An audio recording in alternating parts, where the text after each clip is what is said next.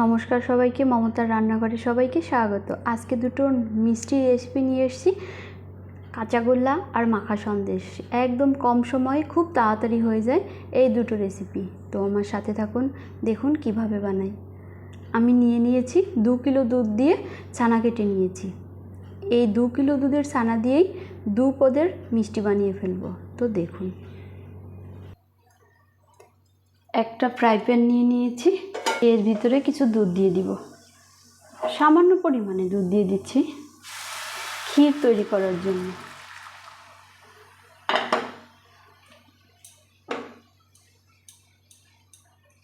দুধটা একটু ঘন ঘন হয়ে আসলে নামিয়ে নেব।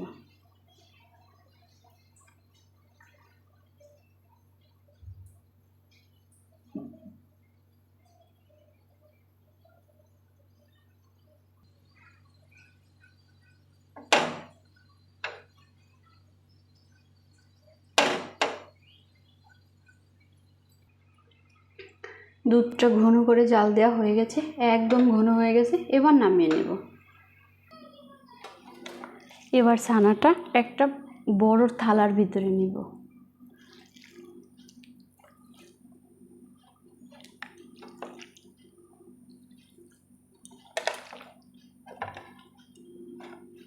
এবার ছানাটাকে ভালো করে মেখে নিতে হবে।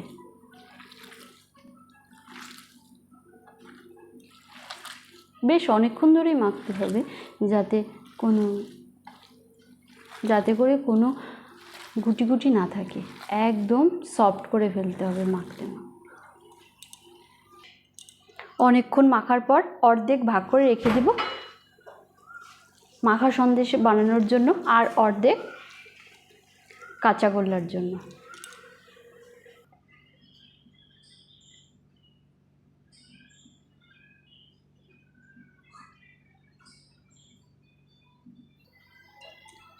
এবার কাঁচাগোল্লা বানানোর জন্য অর্ধেকটা আবার তুলে রাখবো, আর এই অর্ধেকটার ভিতরে দিয়ে দিব চিনি। পরিমাণ মতো চিনি দিয়ে দেবেন, যে যতখানি মিষ্টি খায় সেই অনুসারে। এবার চিনি দিয়ে আবার ভালো করে মাখতে হবে।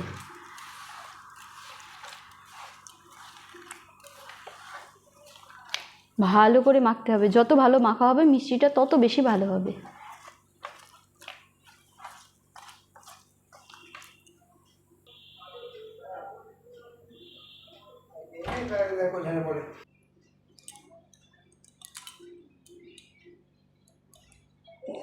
চিনি আর ছানাটা ভালো করে মাখা হয়ে গেছে। এবার একটুখানি ওভেনে দিতে হবে। নিয়ে নিচ্ছি একটা ফ্রাই প্যান, এর ভিতরে ওই ছানা মাখাটা দিয়ে দিতে হবে। অবশ্যই ওভেনের আঁচটা থাকবে লো টেম্পারেচার।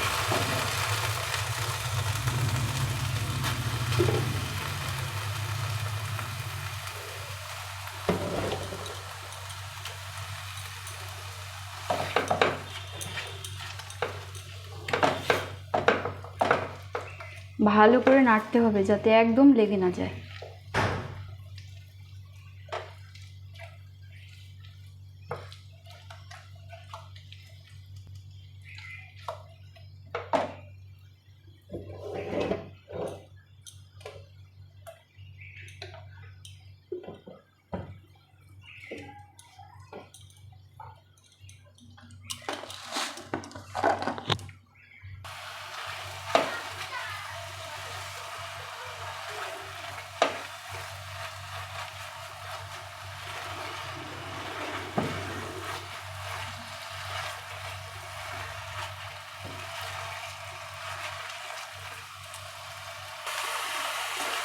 চিনিগুলো গলে গেলেই নামিয়ে নিতে হবে।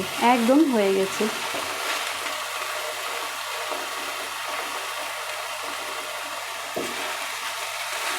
এবার নামিয়ে নেব।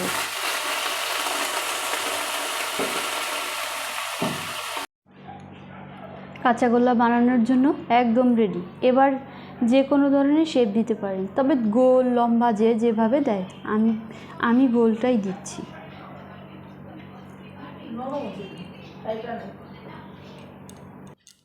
ঠিক এইভাবে হাতের উপর গোল গোল করে বানিয়ে নিতে হবে। হাতে যদি লেগে যায় তাহলে ঘি বা তেল দিয়ে নিতে পারেন, জলও নিতে পারেন।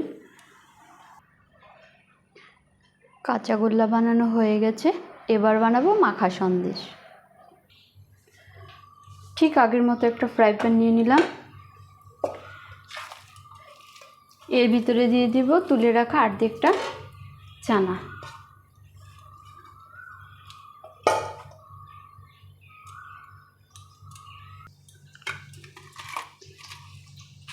এর ভিতরে দিয়ে দিব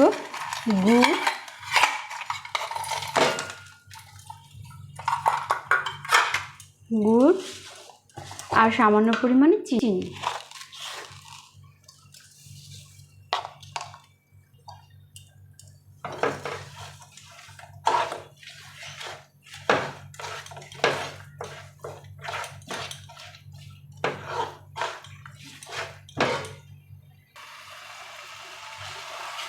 ভালো করে উল্টে পাল্টে দিতে হবে, একটুও থামা যাবে না, তাহলেই লেগে যাবে, আর লেগে গেলেই গন্ধ আসবে, ভালো লাগবে না খেতে।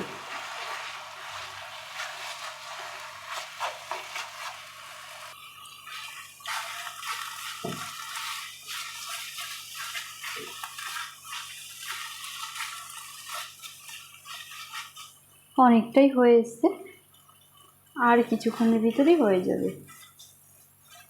যখন জলটা একদম শুকিয়ে যাবে বুঝতে হবে হয়ে গেছে।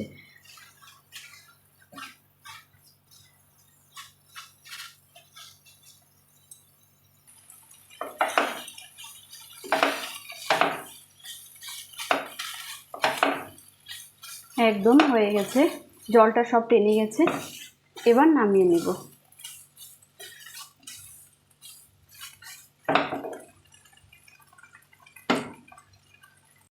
এবার নামিয়ে একটা প্লেটে এইভাবে ছড়িয়ে দিতে হবে।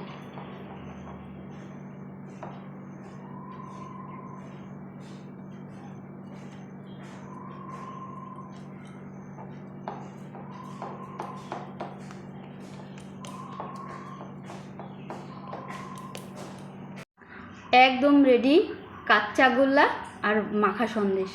আমি মাখা সন্দেশটা গুড় দিয়ে করেছি, এই জন্য লাল হয়েছে।